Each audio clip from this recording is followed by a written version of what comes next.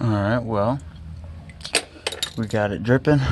Used a bunch of rags to wipe it down. And as you see, she's still dripping, so she has a lot in her. So far I got this unplugged, and this over here, this unplugged. I think that's called the pressure switch. That's unplugged now, so. And I think oreallys gave me the wrong part.